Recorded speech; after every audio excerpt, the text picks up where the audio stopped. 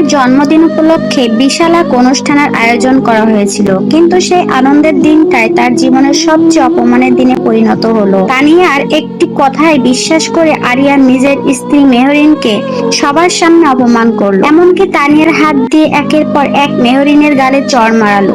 এরপর কোনো অনুশোচনা না করে তানিয়াকে নিয়ে অনুষ্ঠান ছেড়ে চলে গেল। দুজনের চলে যাওয়া দেখে মেহরিনের বুকটা ভেঙে গেল। সে বুঝে গেল যে মানুষটাকে নিজের সবকিছু দিয়ে ভালোবেসেছিল তার হৃদয়ে আর নিজের কোনো স্থান নেই। তাই সেদিনই সে সিদ্ধান্ত নিল সব সম্পর্ক শেষ করবে, বাবা মাকে নিয়ে বিদেশ চলে যাবে, আর কোনোদিনও আরিয়ানের জীবনে ফিরে আসবে না। অন্যদিকে আরিয়ান ভাবছিল মেহরিন শুধু রাগ করেছে, সে নিশ্চয়ই ফিরে আসবে। সে নিজের মনেই বলল, ডিভোর্স? যদি এখন ফিরে আসো আমি তোমার সঙ্গে কয়েকদিন সময় কাটাবো। এরপর সে নিজেকে সান্ত্বনা দিয়ে বলল, তানিয়ার সঙ্গে আমি শুধু সময় কাটাচ্ছি, এখন ওকে আর ভালোও লাগে না। এখন শুধু একটু সময় পেলে আমি আবার সংসারে ফিরে যাব। তারপরও অহংকারের সঙ্গে বলল, এভাবে নাটক করো না, আমাকে কি সত্যিই ডিভোর্স দেবে? কিন্তু বাড়িতে ফিরে সে হতবাক হয়ে গেল। দেয়ালে তাদের একসঙ্গে তোলা সব ছবি উধাও। সে চিৎকার করে বলল, আমার আর মেহরিনের ছবিগুলো কোথায়? সহকারী রাহাত বলল, স্যার, ম্যাডাম সব সরিয়ে ফেলেছেন। আরিয়ান দৌড়ে উঠোনে গিয়ে দেখলো সব ছবি আগুনে পুড়ে ছাই হয়ে যাচ্ছে। সে রাগে চিৎকার করে উঠল, এসব কে করেছে? রাহাত শান্তভাবে বলল, ম্যাডাম নিজেই করেছেন।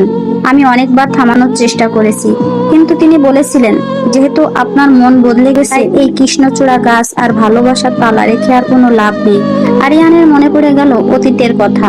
মেহরিন একদিন নিজের হাতে একটি কৃষ্ণচূড়া গাছ লাগিয়ে বলেছিল, আরিয়ান, এই গাছটা আমাদের ভালোবাসার প্রতীক। যতদিন এটা বেঁচে থাকবে ততদিন আমাদের ভালোবাসাও অটুট থাকবে। সেদিন তারা একটি তালায় নিজেদের নাম লিখে গাছের পাশে ঝুলিয়ে দিয়েছিল। আজ সেই গাছ কেটে ফেলা হয়েছে, তালাটাও খুলে ফেলা হয়েছে, যেন তাদের 3 বছরের ভালোবাসার সব স্মৃতি এক মুহূর্তে শেষ হয়ে গেছে। আরিয়ান দ্রুত মেহরিনকে ফোন করলো, কিন্তু প্রতিবারই একই উত্তর ভেসে এলো, আপনি যে নাম্বারে কল করেছেন সেটি বর্তমানে বন্ধ রয়েছে। রাগে সে বলে উঠলো, তোমরা সবাই আমার সঙ্গে সম্পর্ক শেষ করতে চাও, আমি সেটা হতে দেব না। আমি ডিভোর্সে রাজি হইনি।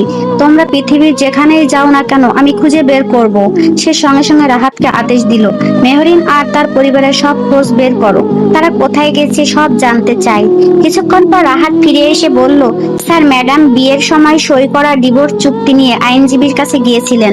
আদালতের মাধ্যমে এখন আপনাদের আইনিভাবে ডিভোর্স হয়ে গেছে। তিনি বাবা মাকে নিয়ে দেশ ছেড়ে চলে গেছেন। শুধু জানা গেছে তারা বিদেশে গেছেন, এরপর কোথায় গেছেন সেটা জানা যায়নি। এই কথা শুনে আরিয়ানের চোখের সামনে ভেসে উঠলো বিয়ের আগের দিন। মেহরিনের বাবা বলেছিলেন, আমি কখনো চাইনি আমার মেয়ে বড়লোকের ঘরে বিয়ে করুক। যদি সত্যিই তাকে সুখে রাখতে পারো তাহলেই এই চুক্তিতে সই করো। যেদিন তুমি আমার মেয়ের বিশ্বাস ভাঙবে সেদিন সে যেন কোনো বাধা ছাড়াই তোমাকে ছেড়ে দিতে পারে। তখন আরিয়ান আত্মবিশ্বাসের সঙ্গে বলেছিল, চাচা, এমন দিন কোনোদিনও আসবে না। কিন্তু আজ সেই কথাই মিথ্যা প্রমাণিত হয়েছে। রাগে আরিয়ান বলল, দেশ বিদেশ যেখানে লাগুক মেহরিনকে খুঁজে বের করো। রাহাত ধীরে বলল, স্যার, আপনি তো আর আগের মতো ম্যাডামকে ভালোবাসেন না, তাহলে এখন কেন তাকে ফেরাতে চাইছেন?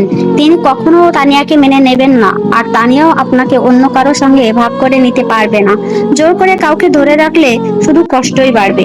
তারপর রাহাত বলল, আর একটা কথা, আমি প্রমাণ পেয়েছি তানিয়া সবসময় ম্যাডামের বিরুদ্ধে ষড়যন্ত্র করেছে।